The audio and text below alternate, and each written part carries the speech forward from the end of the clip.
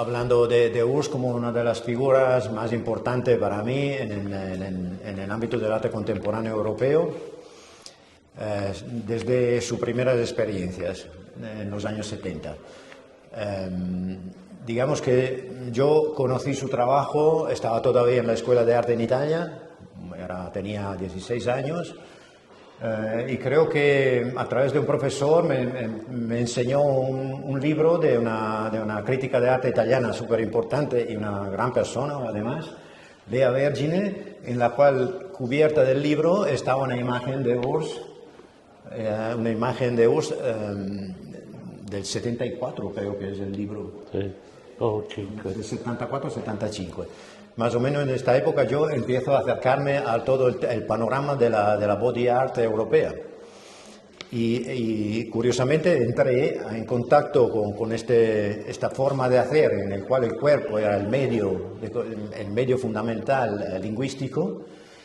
Me acerqué a todo el mundo de la body art europea, incluyendo evidentemente el Wiener Actionismus, con Arthur Schwarzkogler, Otto Mühl, Günter Bruce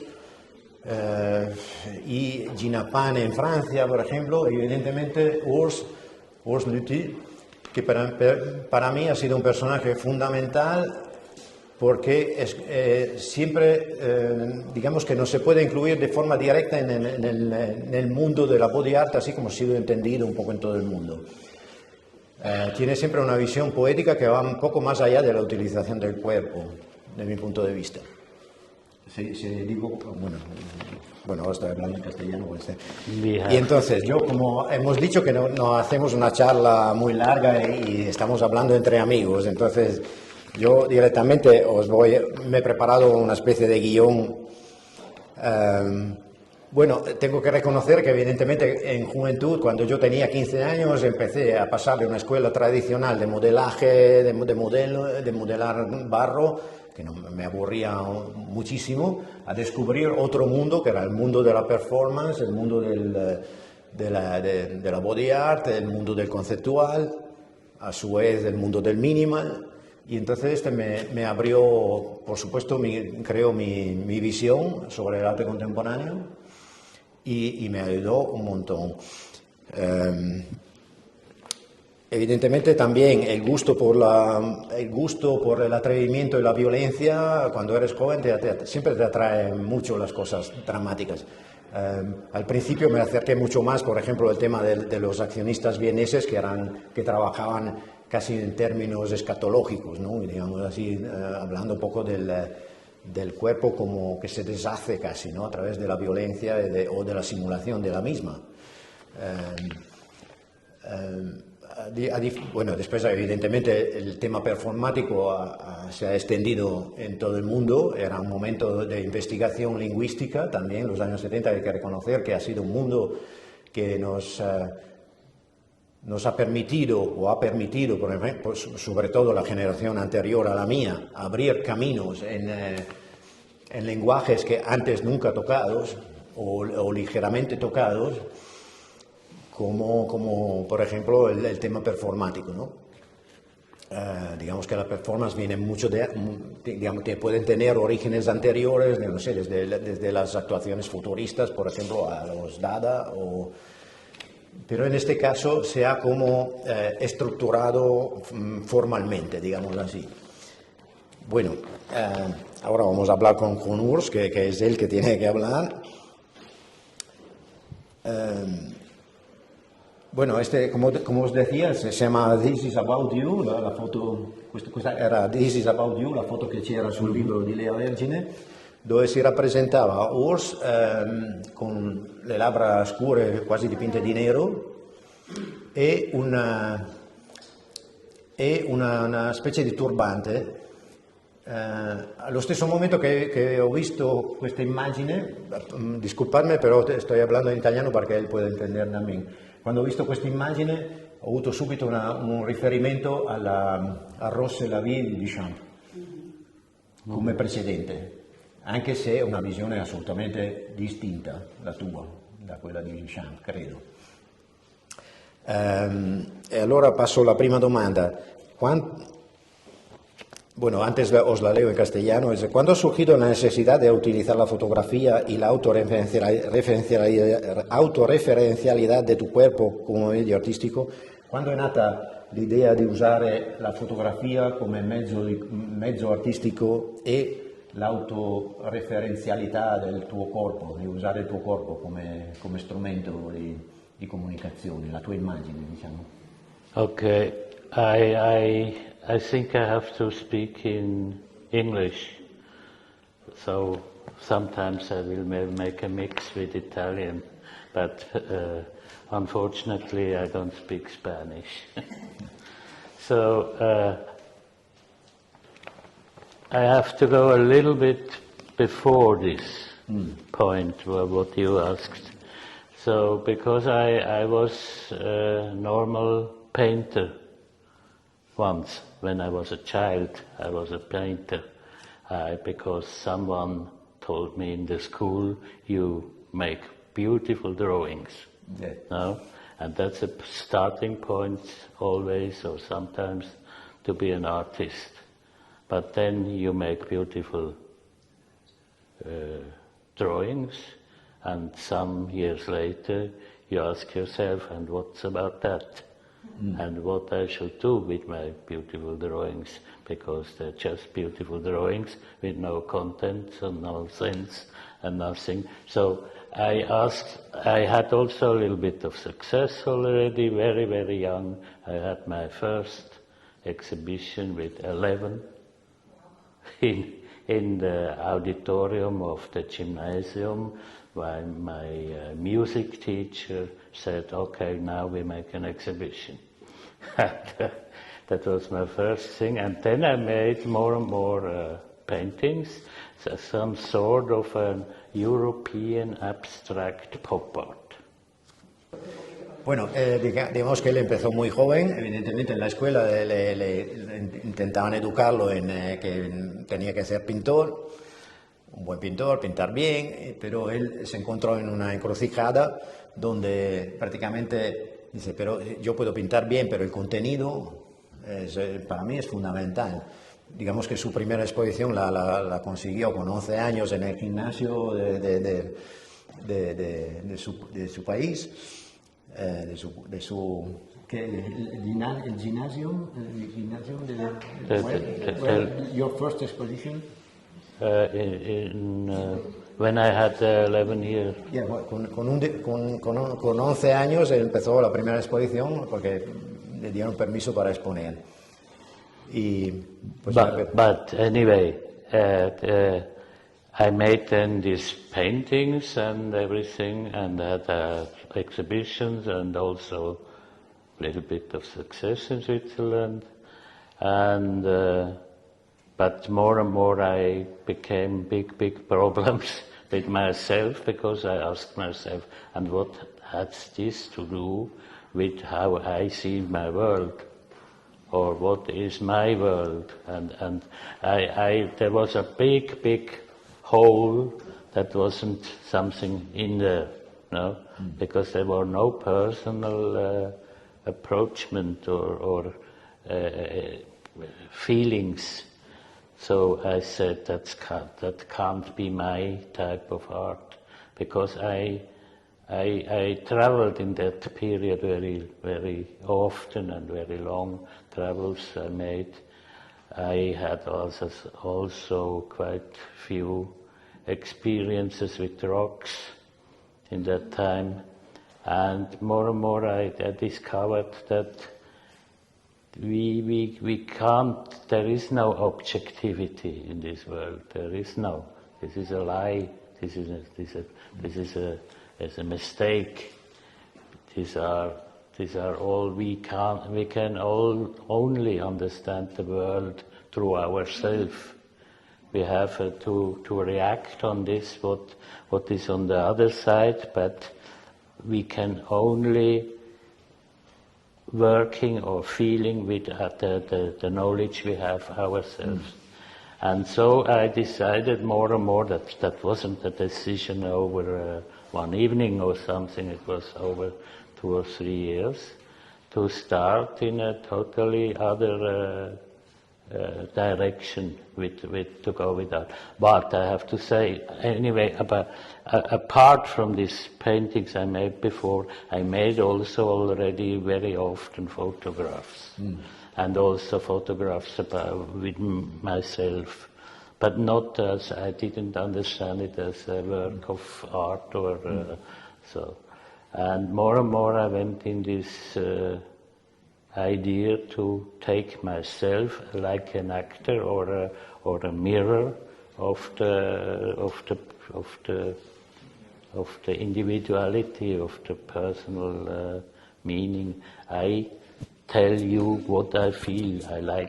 I try to explain my smallest and sensible feelings I have, because I know we are more or less all the same, but we have different knowings, we have different feelings, but not very much. We all have to eat, to sleep, to love, but in the details we are totally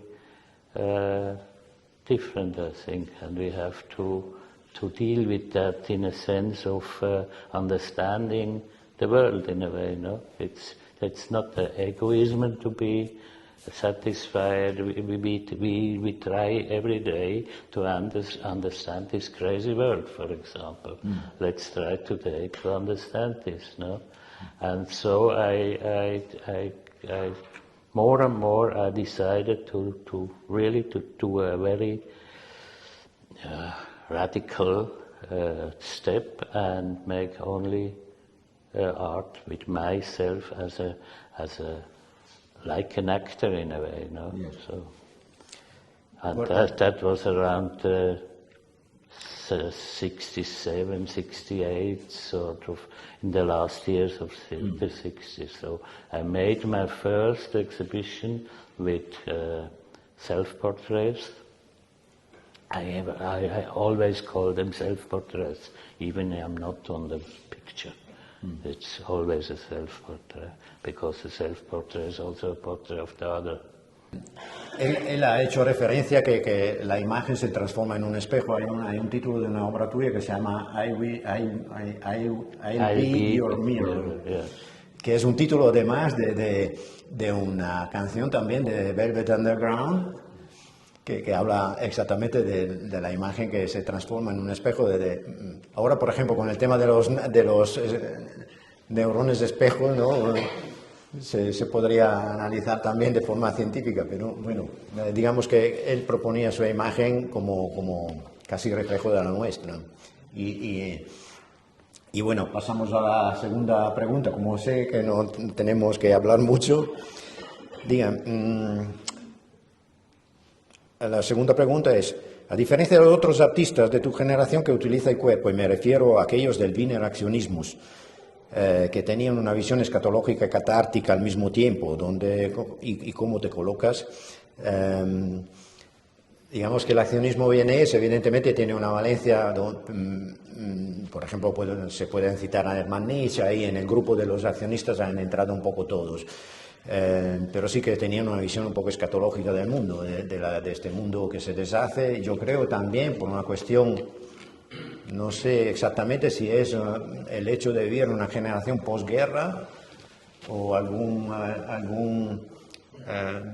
rastro expresionista, digamos así, que se traslada hasta Viena. En este caso es un análisis mía y no sé si puede ser real o menos. Allora, a differenza degli altri artisti della tua generazione, come gli azionisti viennesi o per esempio che tenevano una visione escatologica del corpo, la violenza, il sangue, tu ti collochi in un ambito assolutamente diverso. Come ti relazioni, come ti sei relazionato tu ad esempio con l'azionismo, che a volte negli stessi volumi, diciamo, storiograficamente viene incluso nei movimenti body art europei. Notte ne abbiamo parlato dell'azionismo viennese, però poi anche Gina Pane, per esempio in Francia, tutti performer americani, da Brice Marden a Valerie Sport o fenomeni di questo tipo. Tu come ti collochi nell'ambito della body art? In a way, I'm not integrated in this, because you have to imagine, when I started with these ideas, I felt totally alone. There was nobody around. There is no group. No, there was nobody around. We made these things, you know, there is nothing you can do for the only, you never are the only who does something, you know. And naturally these tendencies in art were a question of the time also, no? That was in the air, this kind of things. And when I started with these things, I didn't know about. I have seen maybe once a little photograph, but you know, you have also to know, in this time photography wasn't an art form. Absolutely not. When I showed my first photographs, everybody said, he must be crazy. He not even can do good photographs, and so on. But more and more you heard from another guy or another woman, or, you know, like Gina or Aconci in New York, or something, or Gilbert and George in London also. But we never have seen us or heard about. But more and more there came more and more things together, and for me it was never a real. I never would be in a club, you know. So it's. I never understand myself as a body artist, as this group or something. I just make this kind of work, and that was a good thing that there were others also they made, and I think there are very good people, and but the movement, or this, I'm always. A big part of my work is ambiguity. And then you can't be in this group or in this group in a way, you know. And there is a very important thing in my work is ambiguity. And I try to tell maybe often very similar stories in very different ways, because I like to find other points of view for a work. So I try to change also the form of the work. Maybe it's about the same things. All my art is about my life, or the life of a human being, and nothing else. It's very easy. It's a very easy conceptual thing. But this concept is very, very important, and we want nothing to show, only how you can live in this world. And this I try to do in very different ways and forms, and for example styles. It is nothing that interests me, not at all. And contrary, I like to break them always. No, so to giving light on a other direction to look at. I change the medias, I change the forms, I change the context. That's my group in a way, you know. Sort of. Bueno, os lo traduzco un poco concentrando todo. Bueno, él nunca se ha sentido parte de un grupo, aunque a veces, evidentemente, historiográficamente lo incluyen en la body art, pero nunca ha participado a un grupo y nunca se ha sentido parte de un grupo. Su trabajo es absolutamente individual. Él siempre le ha interesado un poco el tema de la ambigüedad, y por ese motivo no hay nada definido. Ha podido tocar temas distintos y técnicas distintas, como podemos verlo aquí evidentemente en la expo, y prácticamente siempre se ha sentido como el movimiento, probablemente, también históricamente puede ser que hayan juntado todos estos artistas que trabajan de forma individual. Él, por ejemplo, desconocía muchos artistas que han conseguido estas células dispersas en el panorama de la Body Art, consiguieron centrarlo en un movimiento, pero un movimiento que no, por él al cual él no se siente partícipe. Dice, yo no soy un artista de Body Art, por ejemplo, aunque utilice el cuerpo.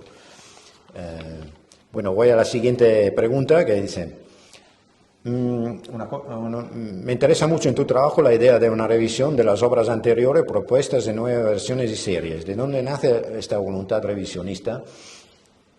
Mi interessa tanto nel tuo lavoro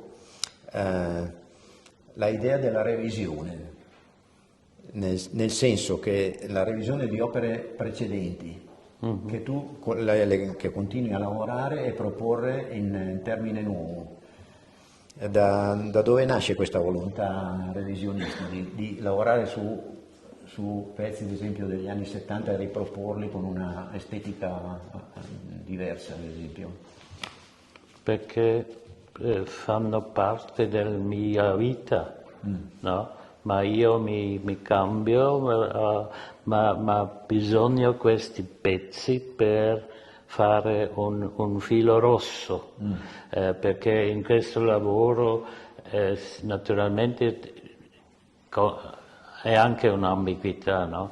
Io sono un po' come stilista, un po' nella direzione minimalismo, ma un minimalismo figurativo in fondo, no?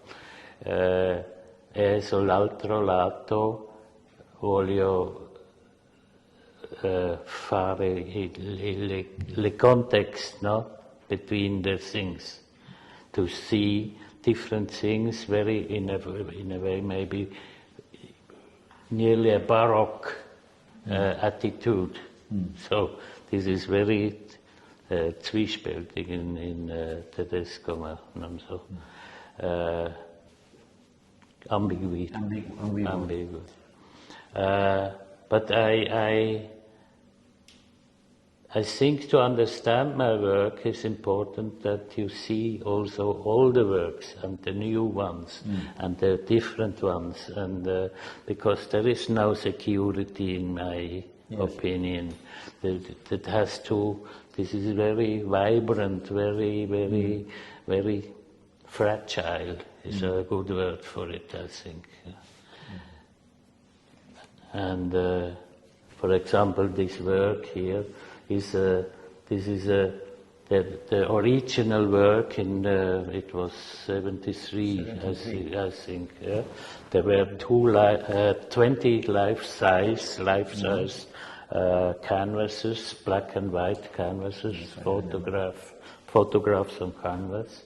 And then this went away in a museum in Germany and a lot of exhibitions. And I felt bad. I had to have it again.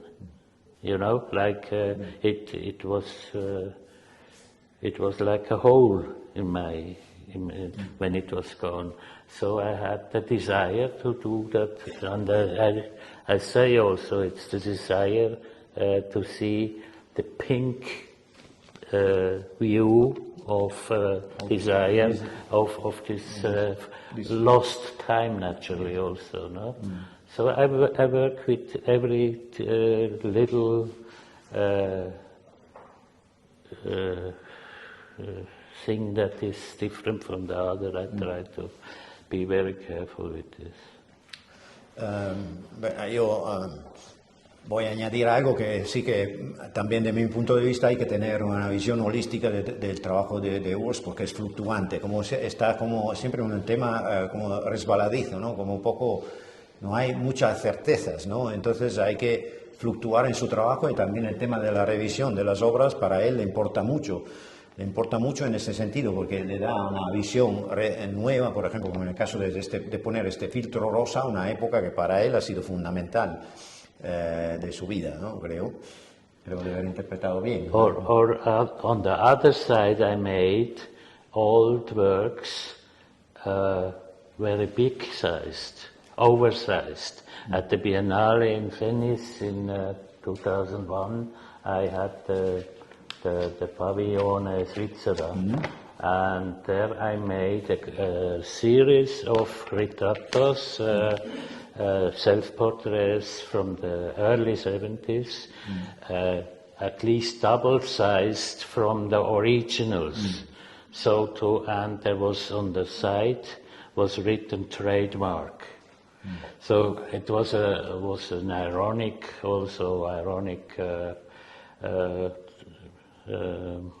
interpretation of what it became, these personal interpretations of my body or whatever, went more and more to a trademark in the art world. And that was very, very disturbing for myself. So I tried to cut that, and for these reasons I made this oversized series that looked like Werbung, commercials, you know. So, and with this kind of things I work in, and then I started because this head was like a trademark. No, my head. If my head wasn't on the pictures, it wasn't a work of mine in the art world. So I tried to say no, that's not my way to do art, and began from new in the end of the 70s to make paintings where my body and myself didn't were in the picture normally. Sometimes yes, but very often it wasn't in this thing. But this was very, very difficult because nobody understands this. So I made the Erfahrung, the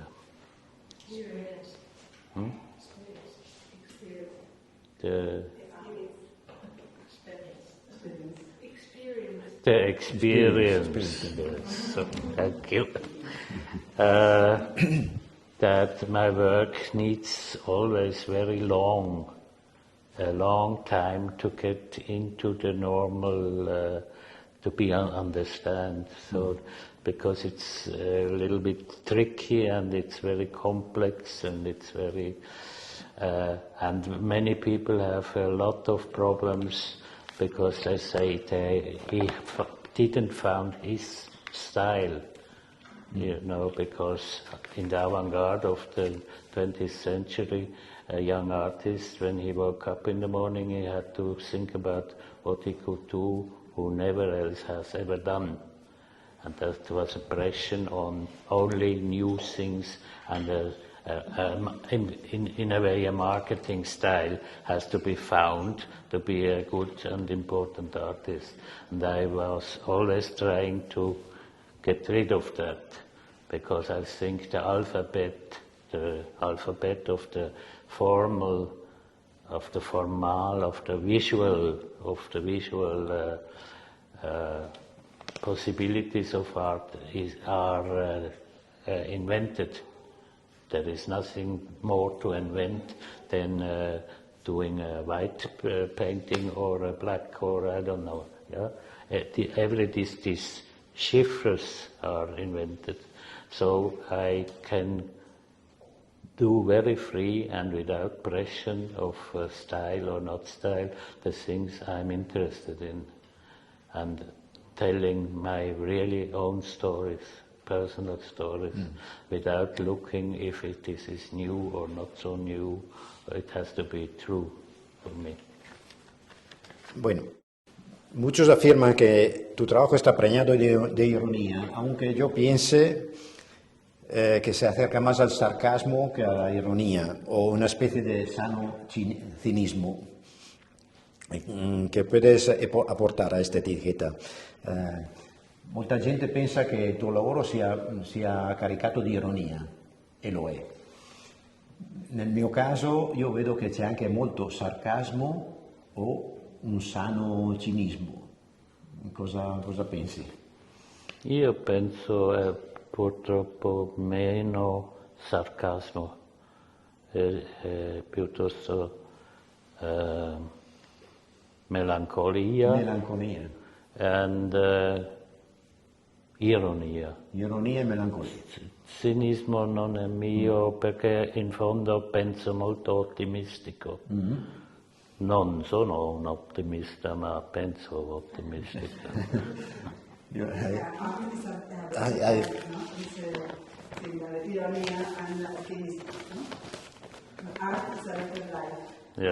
Art is a Better Life, que ahora vamos a hablar exactamente de eso, que en la Bienal de Venecia del 2001, Urs Lüthi representó el pabellón suizo, era una de estas bienales históricas con un curator que se llama Zeman,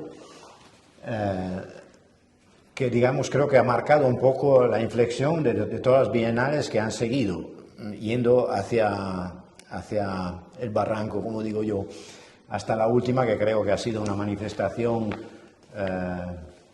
absolutamente inútil y de poco espesor. No quiero declararme tan fuertemente, de forma tan contundente contra Curator, pero creo que se incluye muy bien en el panorama artístico que estamos viviendo ahora, como de autocensura o de lavado de cara de problemas sociales que tenemos, como el tema de la mujer, el tema de la diversidad sexual, el tema de la ecología. Y entonces yo me acuerdo todavía de esta bienal con cariño, porque además el pabellón de Urs presentaba a sí mismo, bueno, sí mismo una escultura hiperrealista suya en pantalones cortos y zapatillas de deporte, en una peana con en la pared un letrero, un rótulo que decía Art is a Better Life, con colores muy eléctricos, muy novedosos también por la época. ¿No? Solo una piccola cosa. Sì. Sul parete non era scritto Art is the Better Life, Non c'era Art for a Better World. Art for a Better World. For a Better Life. For a Better Life. Art Yeah. for a Better Life. No.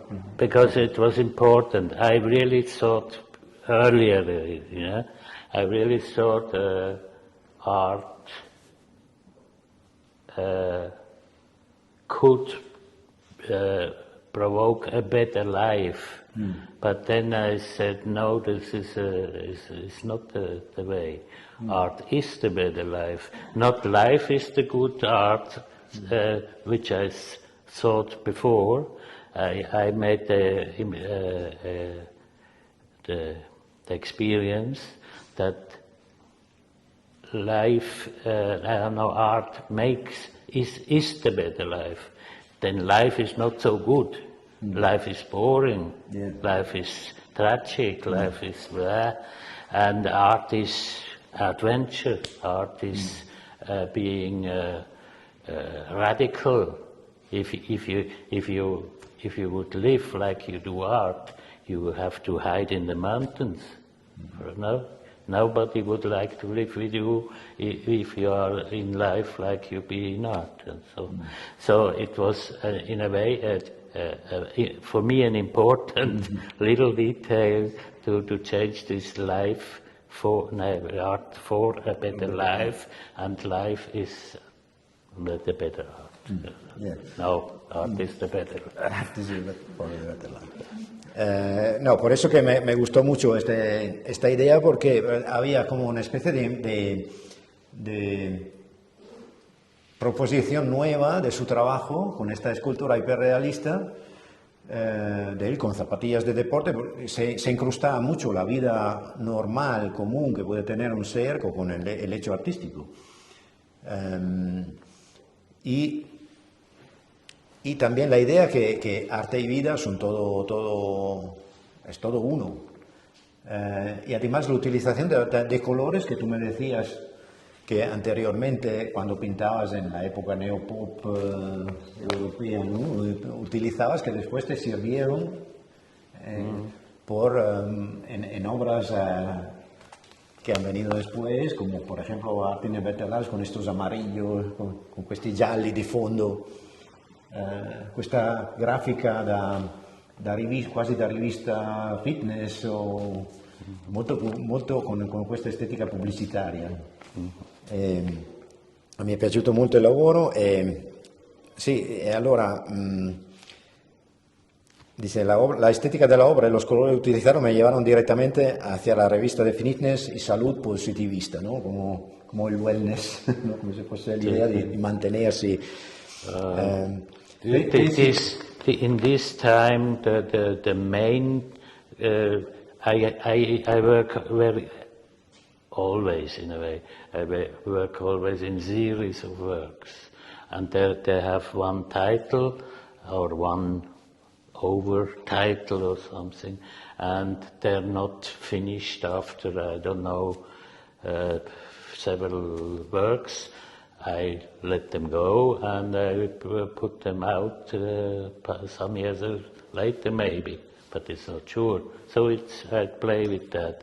And from what you spoke now, these colors and these series were placebos and surrogates. That means it worked directly with these ideas of publicity, with alchemy and better lives, you know, the yoga or everything like that. So it had a direct approach with the title, no this kind of forms, these publicity forms or marketing forms.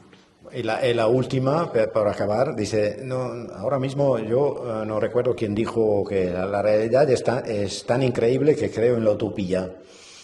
No sé si ha sido Aristóteles, no me acuerdo exactamente, pero ¿cuál es tu visión de futuro? Y en particular cito el título de una composición del compositor Luigi Nono, que me parece que encaja muy bien también en tu trabajo. Dices, la lontananza nostálgica, utópica, futura. Entonces, bueno, lo voy a traducir.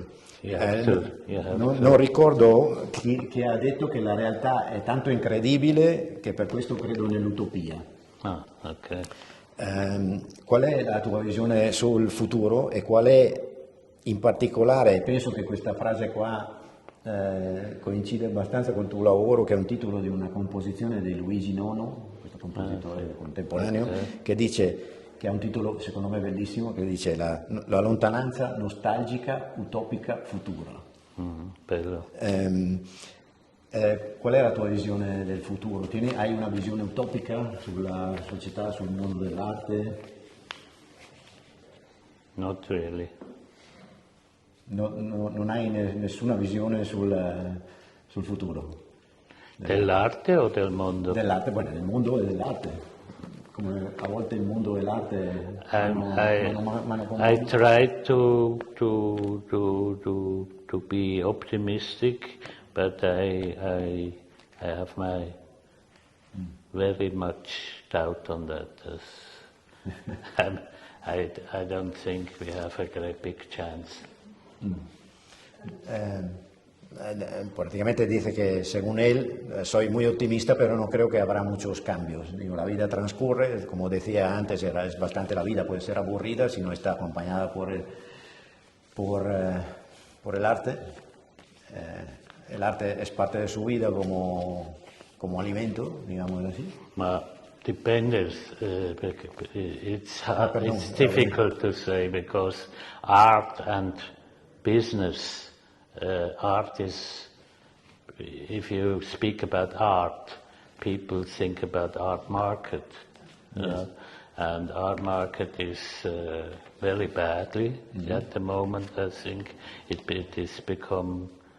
becomes more and more a normal business, like it was a very American way, and life is very hard. So it's.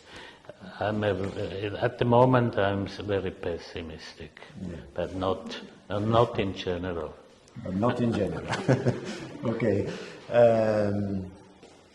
Grazie Urs. I thank you. Spero di It non was a pleasure. spero di non averti messo tra le corde, come si dice in italiano, incomodato con le mie domande. Espero que os haya gustado y de verdad reconocer que estamos frente a una de las figuras fundamentales del arte contemporáneo. Grazie. Gracias. Grazie.